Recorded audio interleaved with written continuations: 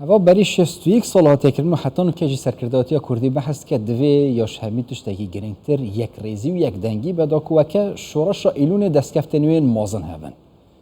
وی سردمی دا چه کاره که و ثابته کرن یک دنگی و یک ریزی هوا که در انجام که شورش یا بری 61 سال هبد نواستو دیدا گلبریس احمد کان امده بحث کین اندام جواتا سرکرداتی پارلمانراتا کردستان برای احمد زور بخیر بین سپاس زحمت حتی لو سردمج يعني استم شورش پلانی بوده بنری و سرب کوی و انجامشی هبی پیش 61 سال کرد امی کردو و سرکوتو بون حتی اگر هموش تچی شورشش آشکرا و روم به بلام سرک هی نهینیک هی او نهینیت چی بود که شورش سرکوت و نهینیه خودی جنابی بارزانی نمرو و یک ریزی ناو شورش بو نه شۆڕشی مەزنی ئەوە شۆڕشی مەزنی ئەیلول لە ڕاستیدا شۆڕشی هەمووان بوو شۆڕشی هەر چوار پارچەی کوردستان بوو ینی تو لە زاخۆت تا خانەقین هەمویان ئاوێتەی ئەو شۆڕشە بوون هەمویان بەشدار بوون لەو شۆڕشە جا شێوازەکە دەگۆڕا بە شێوەیەک لە شێوەکان ینی هیچ خانەوادەیەک نەبوو کە ئەندامێکی ئەو خانەوادەیە لە شۆڕشی مەزنی ئەیلول بەشدار نوێ و ڕاستی ئەو شۆڕشە ینی قۆناغێکی گرنگە و هەمیشە زیندووە لە زاخاوی گەلی کوردستان گۆڕانکاریەکی گەورە بوو دەتوانم بڵێم گەورەترین شۆڕش لە ڕۆژهەڵاتی ناوەڕاست شۆڕشی مەزنی ئەیلولە بە هەموو ماناکانیەوە بە ئێستاشەوە بە ئێستاشەوە هەتا بەهاری عەرەبیش شۆڕش یعنی تو ئەگەر بێ مقارنە بکەیت تو لە ساڵی 61 تا 75 لە ڕۆژهەڵاتی ناوەڕاست هیچ شۆڕشێک نەبووە بەو مانایە تەنها شۆڕشی مەزنی ئەیلول نوێ کە شۆڕشی گەلێکی ستەمدی دەبووە بەڕابەرایەتی جەنابی بارزانی نەمر کە لە ڕاستیدا ینی ئەگەر هەم لە ڕووی ئەکادیمی هەم لە ڕووی مێژوویی لە هەموو ڕۆیەکەوە کە دیڕاست بکرێت لە ناوی بارزانی نەمر سەرۆکێکی بێ هاوتا بووە ینی هاوتایی نەبووە لە مانتیقەکە و لە چۆنیەتی سەرکردایەتیکردنی ئەو شۆڕش و ئەو شۆڕشە وەرچەرخانێکی گەورەی کرد نەک تەنها لە خەباتی بەرەنگار بوونەوە دژی زوڵم و ستەمکاری و دروستکردنی ئیرادەیەکی پتە لە بۆ گەلی کورد لە بۆ گەلی کوردستان بەڵکو لە زۆر ڕووەوە ینی جگە لە خەباتی چەکداری زۆر لایەنی تریشی لە کوردستان گۆڕی ینی وەرچەرخانێکی گرنگ بوو ینی گۆڕانکاری لە کۆمەلگای کوردەواری و لە کۆمەلگای کوردستانی لە سەردەمی شۆڕشی مەزنی ئەیلول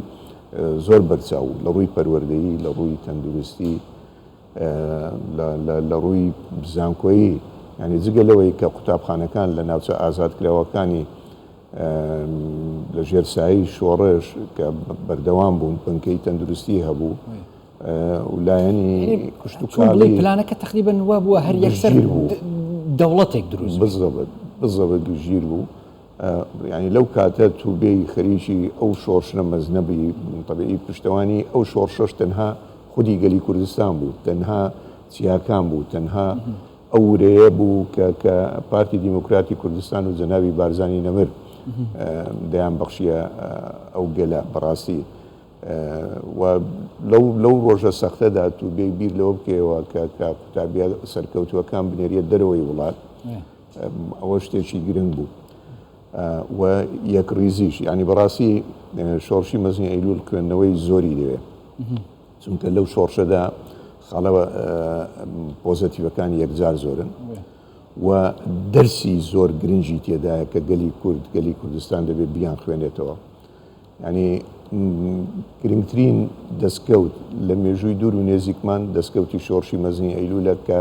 ڕێککەوتنامەی یازەی ئاداری مێژوویە بە شێوەیەکی فەرمی دان بە وجودی کورد و مافەڕاواکانی گەلی کوردستان دادەنێت کە ئەوەش لە دەرەنجامی حکمەتی بارزانی نەمر و یەکریزی گەلی کوردستان و کۆبوونەوەی لە دەوری شۆڕشی مەزنی ئەیلول ئەو دەستکەوتە هاتە دی لەگەڵ ئەوەشدا کە جیابوونەوەش هەبوو ینی لێرەدا ئێمە بە شێوەیەکی ئەگەر بێلایەن قسە بکەین ئەو جیابوونەوەی کە لە ساڵانی 64 ڕوویدا تا دەگاتە ئەوڕۆ تو سیرکە يعني ئەوەی کە لەگەڵ لایەنە زۆرەکە کە لە ژێر قیادەی جەناوی بارزانانی نەمرمانەوە و قسمێکیش لی بوونەوە بەڵام ئەو قسمێک کە لی بوونەوە تا دەگاتە ئەوڕۆ دەرەنجامەکەی چ بوو دەستکەوتیان چ بوو غەیری پەرتەوازەی و بەسەر ڕای ئەوەش پارتی بە حەزبی نەکرد یعنی ئەو دەزانی بارزانی نەمر تەنها سەرۆکی پارتی دیموکراتی کوردستان نەبوو مەرجعی هەموو گەلی کوردستان بوو وەکو ئەو دەورەی کە ئێستا جەنابی سەرۆک مەزعود بارزانی هەیەی یعنی هەمیشە بارزانی نەمر لەوە دوور بوو کە تەنها خۆی بە سەرۆکی حەزبێ بزانێت بەڵکو ئەو خۆی بە مەرجعی هەموو کوردستان دەزانی دەرگاوی واڵا بوو بۆ هەموو کوردستان و بۆ هەموو حزبەکانیش یعنی ئەوانەی کە لە ناوچە ئازادکراوەکان خەباتیان دەکرد مەرجع بوو تەنها بۆ پارتیەکان نەبوو دەرسەچی دیکەش گەورە هەیە لە شۆڕەش دەبێ مەسەلەن باز بکرێ کورد پێویستی بەوەیە کەسێک ڕابەراتی بکە بە تایبەت لە مەسایلی نەتەوایەتی چکە لە شۆڕەشش هەروە بووە یعنی کەسێک بووە ڕابەراتی شۆڕەشی کردو و دەستکەوتی هەبوو و سەرکەوتوو بوون بەڵام ئێستا بوو ناکرێ شتێکی وان ناکرێ من بۆ باسم کرد یعنی ئێمە لە ساڵی 64ەوە تا دەگاتە ئەوانەی کە لە پارتی زیاد بوونەوە تا ئێساش ئەوان هەر لە یەکتر زیادە بوونەوە بەڵام ئەوانەی لەگەڵ پارتی و لەژێر ڕابەرایەتی جەناوی بارزانی نەمرمانەوە تا ئێستا یەک دەستن لەژێر یەکسەکتر ڕاستە قۆناغی جیاجیا هەبووە لەوانەیە وەکو کەسانێک لە پارتی دوور کەوتنەوە زارێشتر هاتنەوە ناو پارتی بەڵام پارتی هەمیشە یەک دەست بووە و ئەو مرکزیەتێک کە لە ناو پارتی هەبووە ئەو مەرجعیەتێک کە لە ناو پارتی هەبووە هەمیشە سوودێکی گەورەی بۆ گەلی کوردستان هەبووە بۆ کورد هەبووە نەک تەنها بۆ پارتی دیموکراتی کوردستان خاڵێکی تری گرنگ ینی کە ئێمە دەبێت دەرسی لێ ئەو معاملات و پیلانانەی کە دژی شۆڕشی مەزنی ئەیلول حتا ئەو پیلانە نێودەوڵەتی زوو هەستیان پێکرد من مەبەستم لێرە دەمەوێت ئیشارەت بەوە بدەم ئەوانەی پیلانیان لە دژی شۆڕشی مەزنی ئەیلول جێڕا ئەو ئیتفاقی شوونی شەشی ئازاد بەڵام ئەنجامدەرانی هەموو شکستیان هێنا ینی من لێرەدا ڕاستی ئەگەر مێژووی شۆڕشی مەزنی ئەیلول بخوێنینەوە هەموو لاپەڕەیەک دەرسێکە مەوعیزەیەکە بۆ تێکۆشەران بۆ خەباتکەران بۆ چاودێرانی سیاسی ئەوانەی کە مێژووی گەلان دەخوێننەوە یەک لەو قۆناغانە یا لەو دانیشتانەی کە جەناوی سەرۆک بارزانی ئیشارەتی پێدا کاتێک کاکی دریس لەگەڵ سەدام حوسێن دانیشێ سەدام پێی دەڵێ ئەو بنەمایە کە ئێمە دەمانوێت لەگەڵتان ڕێ بکەین تەڵەن لادان بوو لەو ڕێککەوتنامەی ساڵی هەفتە دەڵێ ئەگەر واش نەکەن وامان لێ مەکەن ئێمە تەنازول بچین بۆ شای ئێران بکەین بۆەوەی شۆڕشەکەتان لە ناو بین کاکی دریسی هەمیشە لە یاد دەگەڕێتەوە پێ دەڵێ زیاد تو بۆ باشترە تەنازول بۆ ملەتی خۆت بکەیت نەک تەنازول بۆ بەس هەتا لەوەش بە دیار دەکەوێت کە سەدام نەیتوانی بەس بە تەنێش شەڕی ئەم شۆڕەشە بکەن دەبی پەیوەندی بە وڵاتانی دیکە ئەوزە تو سیرکە ینی ڕاستە لە دەرەنجامی ئەو ئیتیفاقە بە شێوەیەکی کاتی شۆڕش وەستا با بڵێن بەڵام دەرەنجامەکەی چ بوو شای ئێران زەرەری کرد سەدام زەرەریشی گەورەی بە عێراقیان ئەو مەینەتی کە گەلی عێراق ئێستا تێدایە باوەڕ بکە بەشێکی زۆری دەرهاویشتەی ئەو ڕۆژەیە کاتێک ئەو تەنازولی لە نیوەی خاچی عێراق لە نیوەی شەتڵ عەرەب و شوێنە استراتیزیەکانی عێراق بۆ شای ئێران کرد زۆر شتی بەخشیە شای ئێران تەنها لە پێناو لێدان و لە ناوبردنی شۆڕشی مەزنی ئەیلول بەڵام ئەوەی ڕوویدا جارێشتر لە دوای ڕاپەڕینی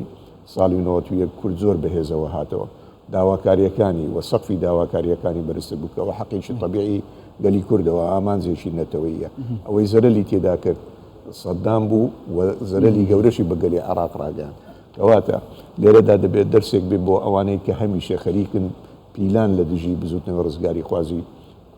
کوردستان و کورددا دەڕێژن بزانن دەرەنجامی پیلانەکان تەنها زەرەل بۆ خۆیانە و بۆ حکوومەت بەڵام دەرس وەرناگرن بۆ نمونە مەسەلەن یعنی شۆڕش سەرکەوتوو بوو دەستکەوتی بوو گەلی کوردستان هەبوو دەستکەوتی بوو هەر چار پارچەی کوردستانیش هەبوو بەڵام ئەوەی شۆڕژ مەسەلەن هەڵگیرسا بەرامبەر شتێک بوو کە دەبی گەلی کورد مافی خۆی بەدەستەوە بین ئێستاش لەگەڵدابی دوای 61 ساڵ ئێستاش کورد هەمان شەڕ دەکا بەڵام عەقلیەتی کە عێراق بڕێوە دەبا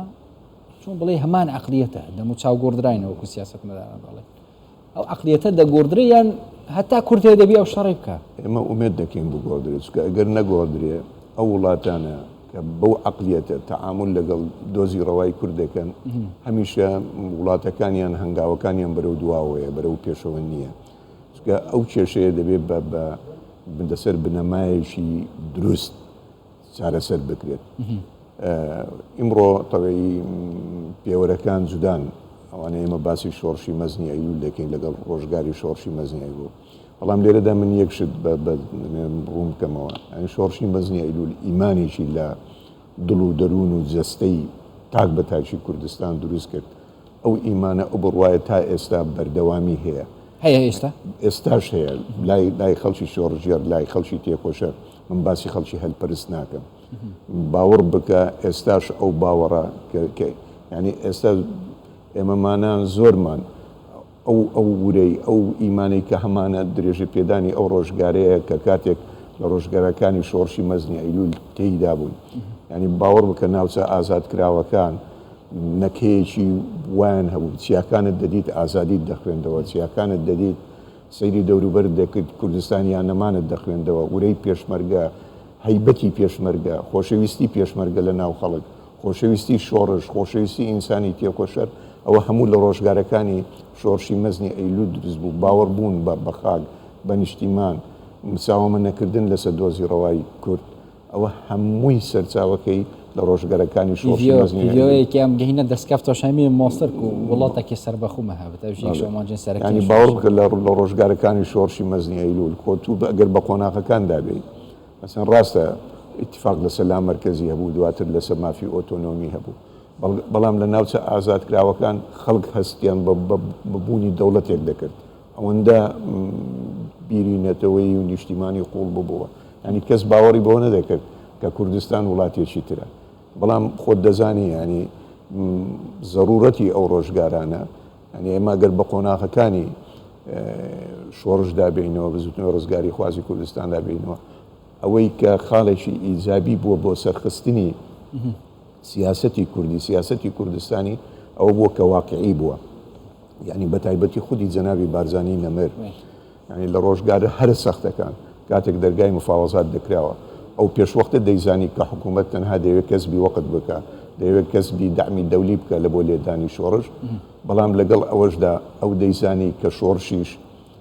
ئەو خەڵکانی لە شۆڕش بەشدارن پێویستیان بە دەرفەتێکە چ لە بۆ ئەوەی با بڵێن فرۆشتنی کەلوپەلە کشت و کاڵەکانیان بۆ دامە لۆجیستیەکە لە بۆ شۆڕش لە بۆ ئیسراحەتدانێک بە پێشمەرگە و بە کادری و هەواڵانی تێکۆشەری شۆڕشی مەزنی ئەیلول ینی ئەوە خۆی لە خۆیدا حکمتێک بووە بەڵام هەر جارێش کە مفاوەزات دەکرا